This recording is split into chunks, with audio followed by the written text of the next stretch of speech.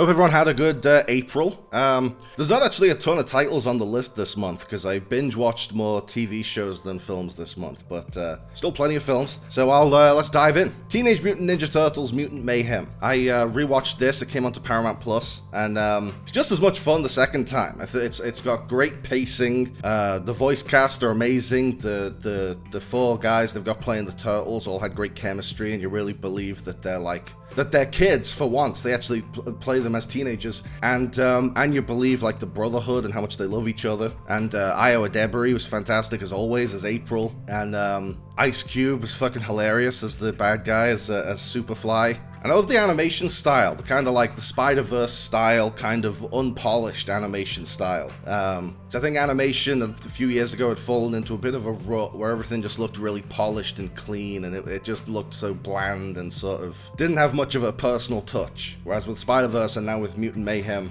there's very much a personal touch in the animation and like an idiosyncrasy with the visual style. I just love it, start to finish. I can't wait for the sequel. Indiana Jones and the Last Crusade. My local cinema was showing this, my favorite Indiana Jones film. They were showing it on my birthday, which felt like kind of like a personal birthday present to me. I mean, there was other people there, so it wasn't there, but that's what it felt like.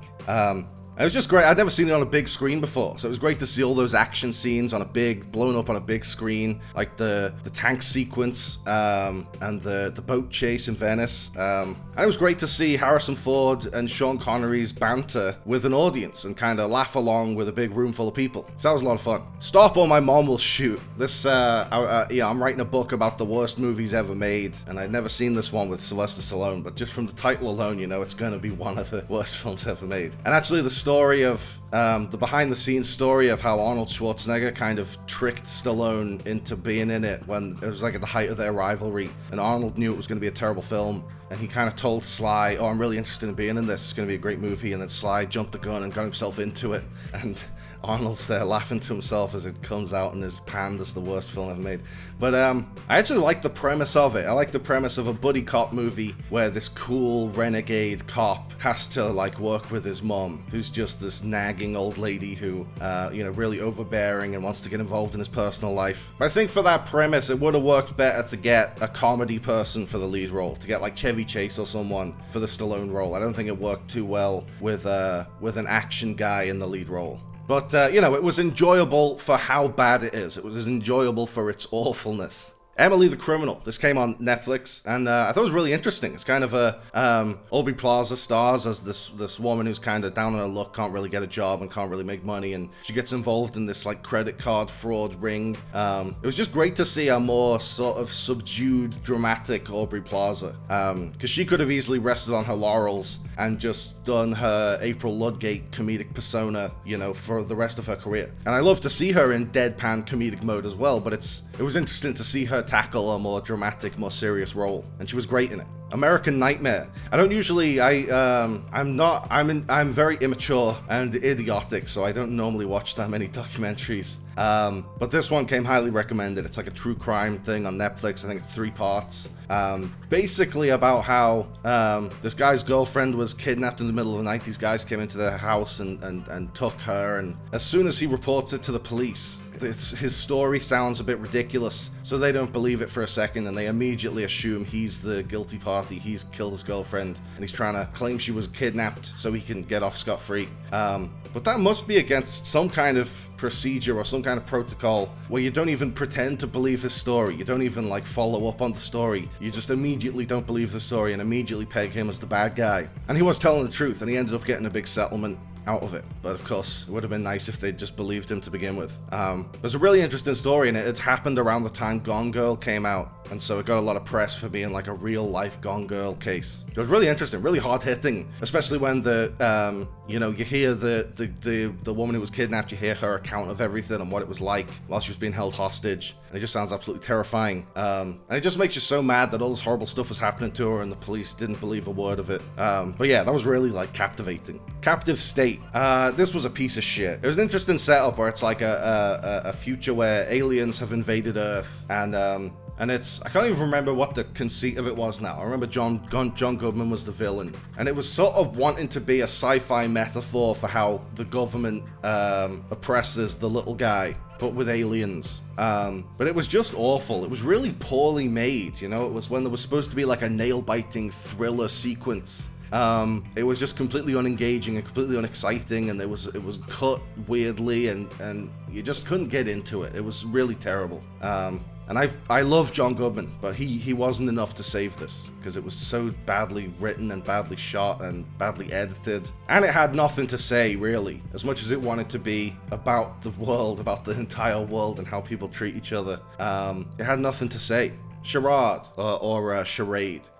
This, I had read this was like the quote was something like the best Hitchcock movie Hitchcock didn't make, which is some high praise. And it is a lot of fun. I thought Cary Grant and Audrey Hepburn have amazing chemistry in it. They're like endlessly watchable. And it's like a blend of Hitchcockian suspense thriller and like rom-com. And I absolutely loved the mix of genres. I love when someone takes two genres that have nothing to do with each other and sort of mashes them together for one film. And that's kind of what this was. It was a rom-com / suspense thriller. And it was a lot of fun. Curb Your Enthusiasm Season 12, Curb, ended this month. And it was such an ingenious ending. I mean, it was kind of, as soon as Larry was arrested and they were getting ready for this trial, everyone kind of guessed they were going to do like a redo of the Seinfeld finale. But that doesn't mean it wasn't brilliant, because it was brilliant. It was so, I loved the meta-ness of, of bringing back everyone from older episodes for cameos, and they rehashed what happened. And it was really surprising to see that they got the kid from the little girl from the doll episode, who's now like a 30-year-old woman. And it's sort of like it did in Seinfeld. It sort of acts as like a greatest hits, here's all the funny stuff that happened over the last 12 seasons kind of stuff. But then it takes on this whole other meta level when Larry is sentenced to a year in prison like the Seinfeld gang were, but instead of having to actually serve it like they did while he's sitting in his cell, and they recreate the final scene of Seinfeld, and it seems to be the exact same thing. Then Jerry Seinfeld comes in and has saved him, and he's gotten it declared a mistrial, and he's gotten Larry out of jail. And it's like 25 years ago, Larry David wrote into Jerry Seinfeld's show that Jerry Seinfeld is going to go to prison. And then 25 years later in Larry David's show, Larry David's about to go to prison, and Jerry Seinfeld comes in and saves him from having to go to prison. It was just so many levels of meta. I thought it was so good. It's so rare that a sitcom that has gone on for 12 seasons can go out on a high note. But Larry David managed it. The Bad Guys. I thought this was a lot of fun. This was, it's kind of like Sing meets Reservoir Dogs, where it's this animation, a kid's animation set in a world full of talking animals, but it's a crime movie. It's not a musical. It's like they're a heist crew instead of like a traveling theater troupe. It was a really great voice cast too. You had Sam Rockwell and Mark Maron were the two main guys, the wolf and the snake. And then Awkwafina's the tarantula, and Richard Ayoade was in it, and Craig Robinson, and just all these really, really funny people and really recognizable voices. I had a ton of fun with it. I thought it was great. Foe. This was not great. This was a piece of fucking shit. This was one of the most interminable, insufferable, unwatchable movies I've seen in a long time. And it blows my mind that with this terrible script, they were able to attract like two of the best actors in the world. It's Saoirse Ronan and Paul Mescal. You'd think if there's a script out there that managed to get them to make some room in their schedule to make it, you'd think it's going to be a great film. But it was fucking terrible. It was basically like the worst Black Mirror episode you've ever seen, where it toys with this idea of a couple, and one of them has to go to space for some space shit, and they're gonna leave behind a clone of them, or a robot replicant of them, to keep the spouse company. And then Saoirse Ronan and the Paul Mescal robot clone fall in love, and it's the first time that's ever happened. They never fall in love with the robot. It was awful. And they're both terrific actors, and they had great chemistry as a married couple, and it just felt like such a wasted opportunity. You could have made such a great love story with these two amazing actors, but they have the worst script ever written to deal with. It was really, really shit. I wanted to turn it off like half an hour before the end. I just couldn't bear it. But I thought, I might as well see if it gets better, but it didn't get any better. Red State. This is fantastic. I hadn't seen Red State in probably 10 years. And because it's hard to get a hold of, I wanted to have a DVD of it, but I could never find a DVD of it available. So I watched it on TV like 10 years ago. And now it came on Netflix, so I was able to watch it again. And it's just so good. It's like this, it starts off with these like three teenage boys who have seen one of those ads online of like, loose, single, mature women in your area want to have sex with you. And they've actually like clicked on that ad and gone out to where the woman supposedly is. beers, and she gives them all a beer, and the beers are drugged, and they wake up in this like Westboro Baptist church place where they're about to be like sacrificed for their sins. And then there's another one with John Goodman. John Goodman sort of leads the cavalry of the cops and the feds to their gate, and there's this huge shootout between the church people and the police people. And it's just, the violence is really gruesome, and the culty church stuff is really creepy and unsettling. And Michael Parks was amazing as like the leader of the church. It's just a great fucking movie, and it makes me think Kevin Smith should do a lot more horror films, because he did this, which was amazing, and he did Tusk, which is great in its own fucked up way. You know, I love his comedies as well, but he should get back into the horror genre too. Duplex. I think Duplex is the proper title. On Netflix in the UK, it's called Our House, which is cute. I expected so much more from this. I expected it to be so much funnier, because it's directed by Danny DeVito and starring Ben Stiller and Drew Barrymore. So you got three great people, three hilarious people, and they're doing a comedy where Ben Stiller and Drew Barrymore are this young couple who buy their first house together, but it's a duplex, which I suppose means two things, two homes within one home. And they have this crotchety old lady upstairs who's always playing the TV really loud, or walks in on them having sex. She just causes all kinds of problems for them. And that was a kind of a great premise. And, you know, Danny DeVito has directed so many great dark comedies in the past. You know, I was expecting another War of the Roses, but it's just not that funny. And it's, you know, Ben Stiller and Drew Barrymore give it their all, but that's not enough if the script is no good. It's another case like Foe, where you got two great actors working on a script that's no good. Ingrid Goes West. This is another one with a darker, more subdued Aubrey Plaza, but this one definitely has more of a satirical bent, where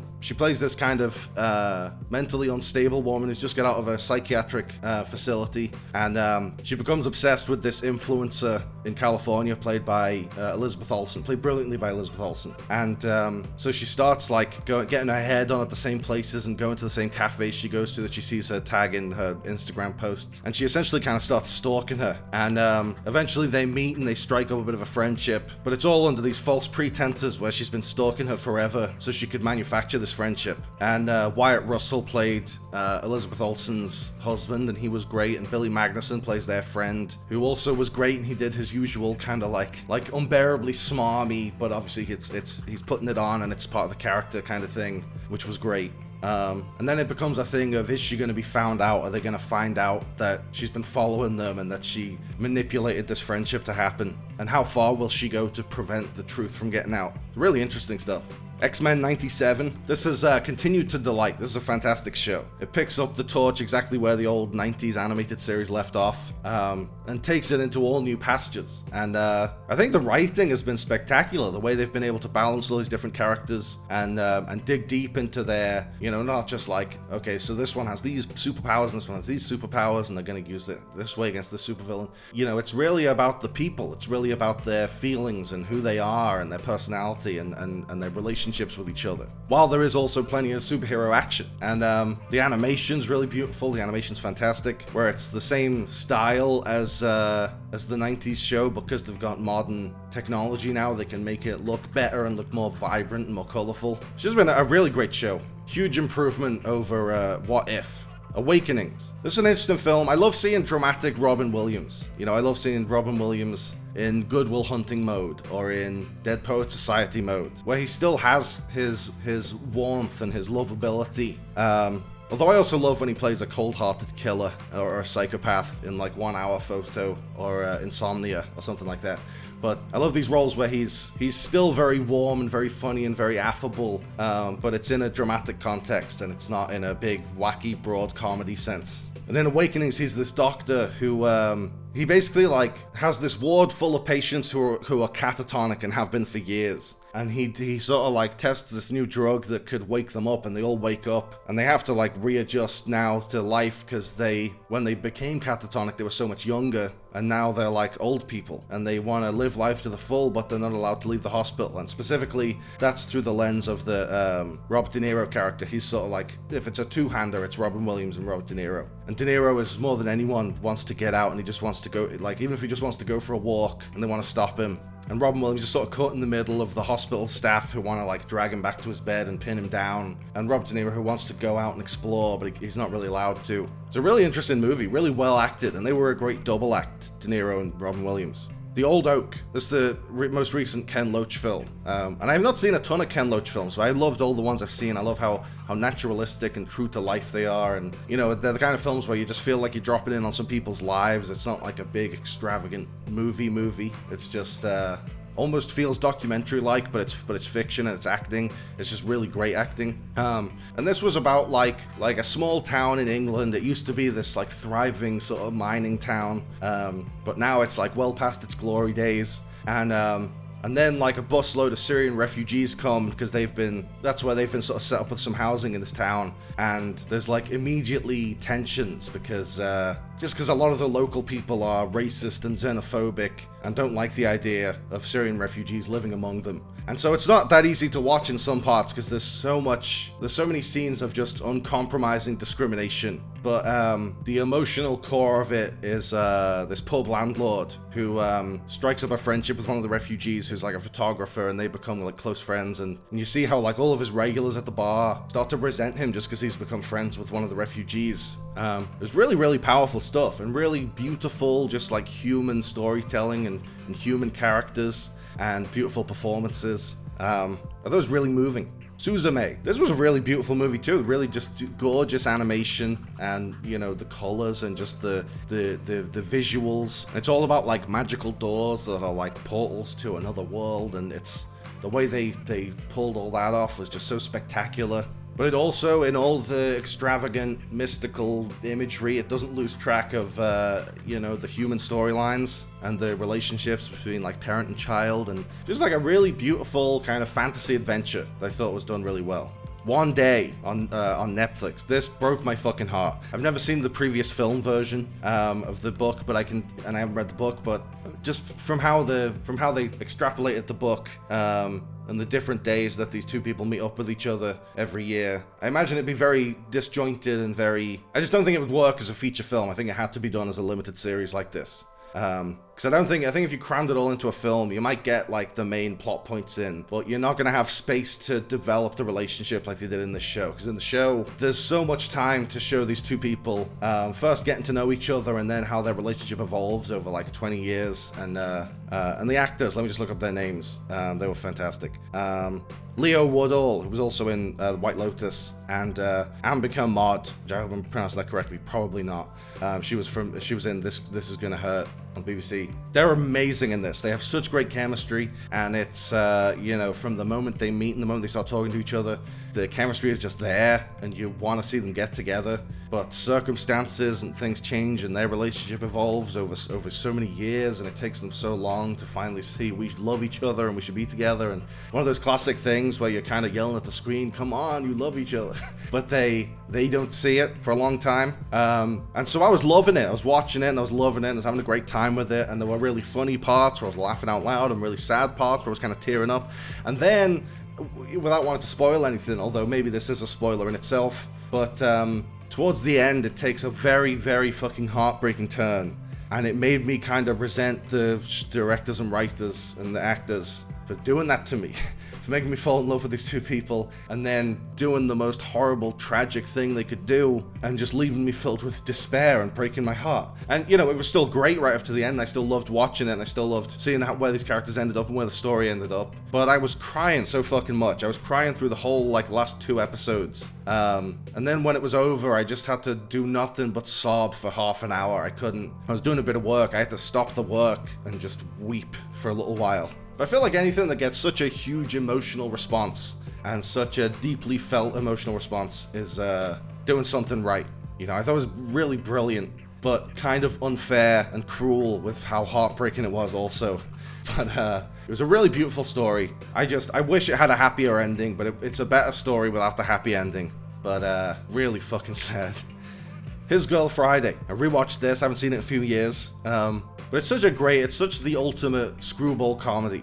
This is another one with Cary Grant, and this time paired with Rosalind Russell. And she's great too. They have such a great dynamic. They're like, he's the newspaper editor and she's one of the best reporters, and they used to be married but now they're divorced, and which was an interesting thing to do in like 1940 or whenever it came out. The fact that they did a movie about a divorced couple, and she's engaged to another guy, and but Cary Grant kind of has this he sort of like asked Rosalind Russell, let's do another story together, we'll work on another story, there's this murderer on the loose, let's do a story about that.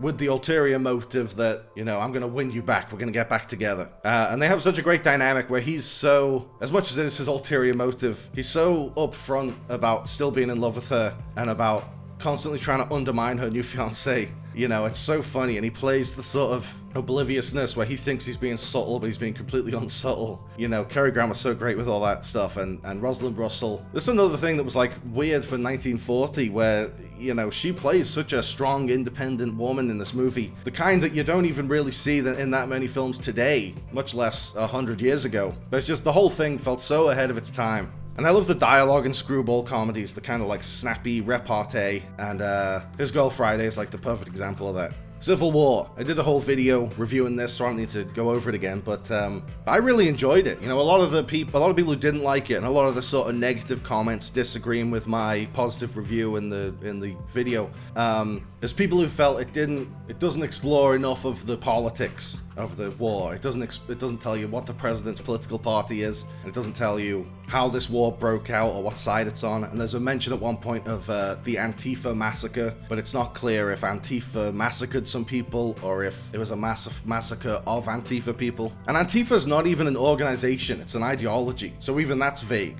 But I feel like that was the point, and if you don't like that, if you did want it to be a bit less ambiguous, that's perfectly fine. That's a perfectly valid opinion. But I just loved it more as a vaguer, more abstract portrait of the divisions in America. And I just loved it as an action movie. You know, it has this great conceit of it's a war zone, but it's in contemporary America, you know, on like the streets of Washington, D.C. But it was just a really exciting, really exhilarating action movie where you don't feel like you're sitting in the audience watching a war zone on the screen. You feel like you're in that war zone. It just felt very immersive.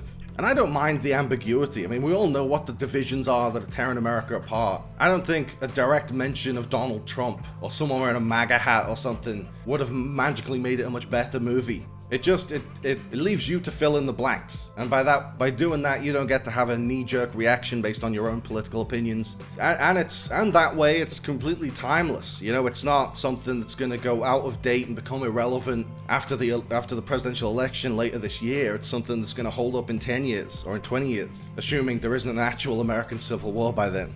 The Simpsons. This is the show I fell asleep to every night this month. I was kind of going through season 8, 9, 10 era, sort of the back end of the golden era. And there's some really great stuff in there. You know, it's not quite peak Simpsons, but slightly lower than peak Simpsons. Is still like some of the funniest TV ever made. I love the New York episode. I love the one where Barney has left Homer's car in like the forecourt of the World Trade Center and it's got a boot on it. And while the rest of the family are like enjoying a trip to New York, Homer's having an absolute nightmare trying to get the boot off his car so he can get the fuck out of this city. You know, that, as far as I'm concerned, that's one of the all-time best episodes. Even if it is a little bit uncomfortable to see the Twin Towers in anything these days, and especially because this episode came out like 2 years before 9/11. But you know, the World Trade Center is just the setting. It's not, you know, it could be any building. It just happens that they chose the Twin Towers. Jennifer's Body. I rewatched Jennifer's Body, but this time I watched the unrated version. I got the unrated version on Blu-ray, because I'd only ever seen the theatrical version. And I'd kind of forgotten how great it is. I mean, I loved the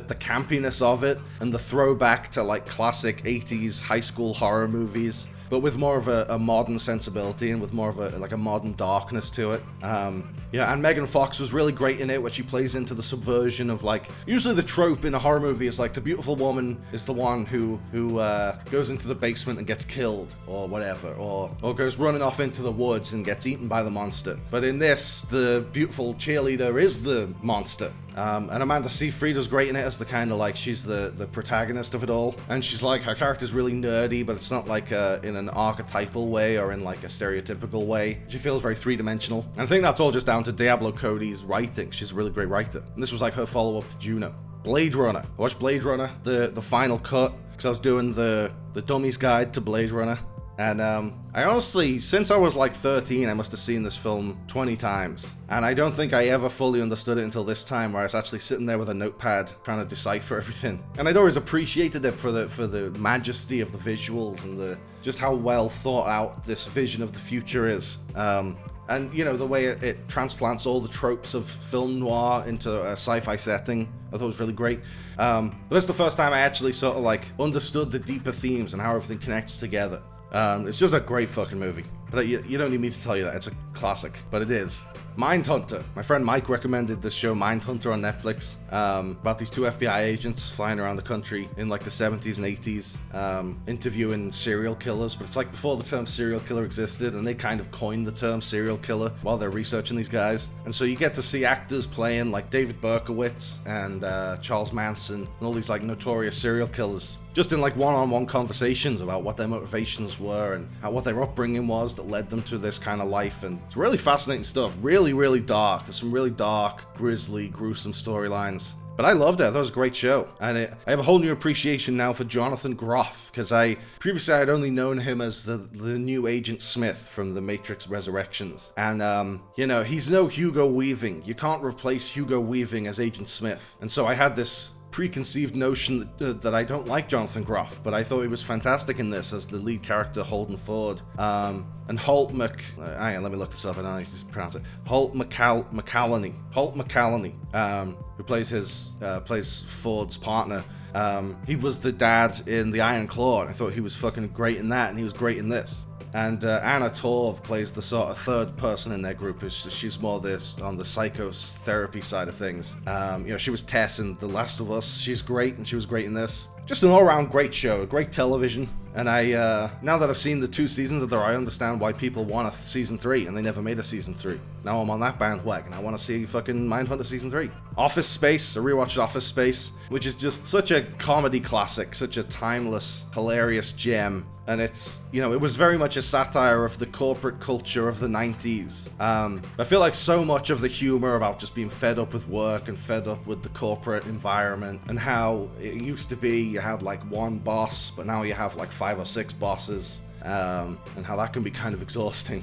And it just, so much of it still applies today. And like everyone has worked for a Bill Lumbergh at some point. And that's Gary Cole, so great in that role. And it was interesting watching Office Space now that I've seen Loudermilk, because now I can only see Ron Livingston as Sam Loudermilk. And it was interesting to see the seeds of what would become that character in this character of Peter in Office Space, where he's like the curmudgeonly everyman. It's like a role he does so well. It's such a funny movie and such a relatable movie. Rebel Moon Part 2, The Scargiver. I really disliked Rebel Moon Part 1. I felt like as long as they've done Part 2, I might as well watch it. And Part 1 was all set up for what Part 2 was going to be all payoff. Kind of like June, but in a much crappier way. And I did like Part 2 a lot more than I liked Part 1.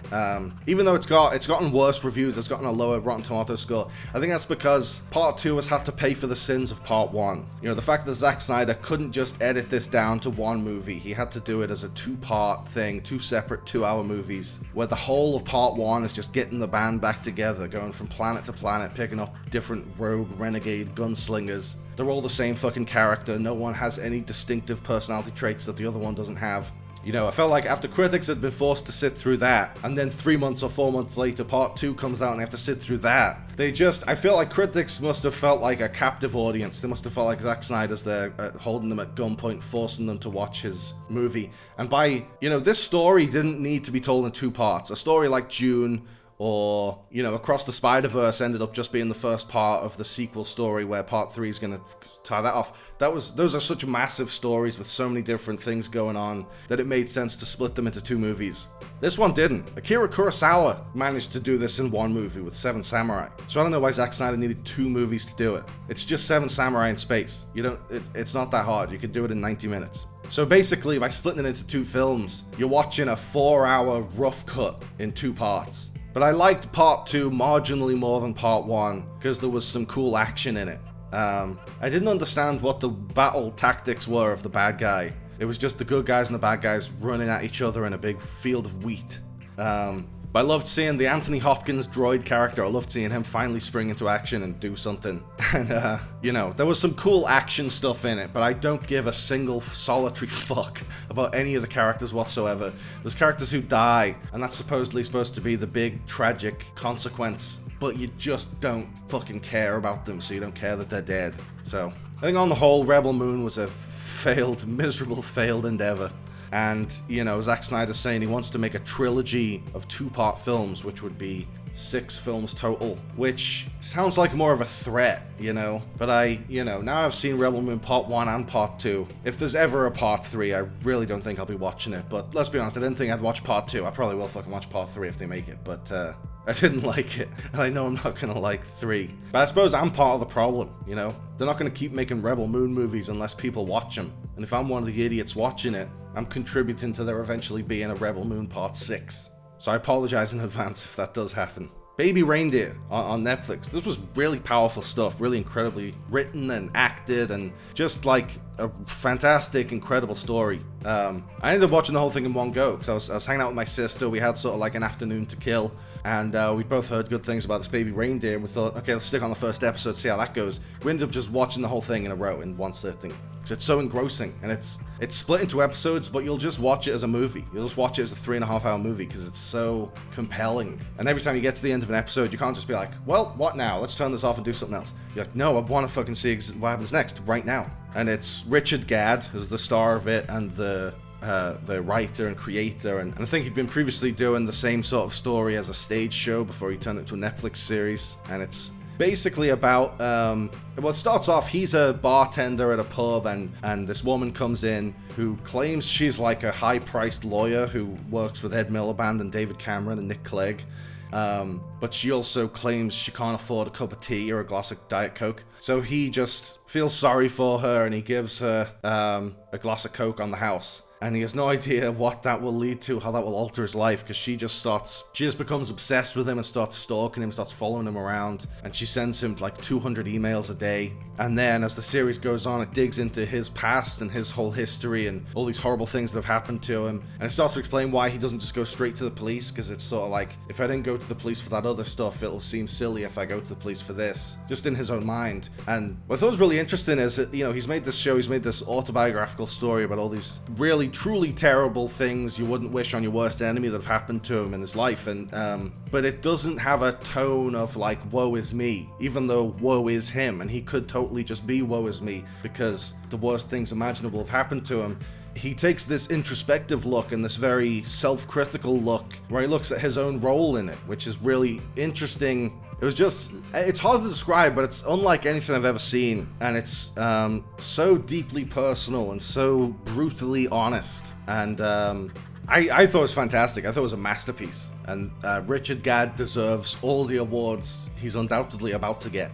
People, places, things. This is a great little kind of humanistic, naturalistic comedy with Jermaine Clement, who I love from Flight of the Conchords, playing this dad who, in the opening scene, it's his daughter's birthday party, and he goes upstairs and catches his wife like having sex with another man. And then the movie sort of picks up a little while later as he's adjusting to like single parenthood, and he normally just has the girls on the weekend because there's some stuff with his wife's new fiance's family are coming to stay during the week, and he's got some stuff on, and so she basically drops the kids on him for a few weekdays, and he has to adjust to like getting up and getting them to school and all this stuff that he's not used to. And meanwhile, he's striking up a romance with like the mother of one of his students, but it's that very real thing of like, they actually find it hard to find a minute to be intimate with each other because he's got little kids and she's got like a teenage daughter, and you know, when you're a parent, your whole life is your kids, but you also want to have your own love life if you're single, but you can't because you don't have time. It was just dealing with all these very real things.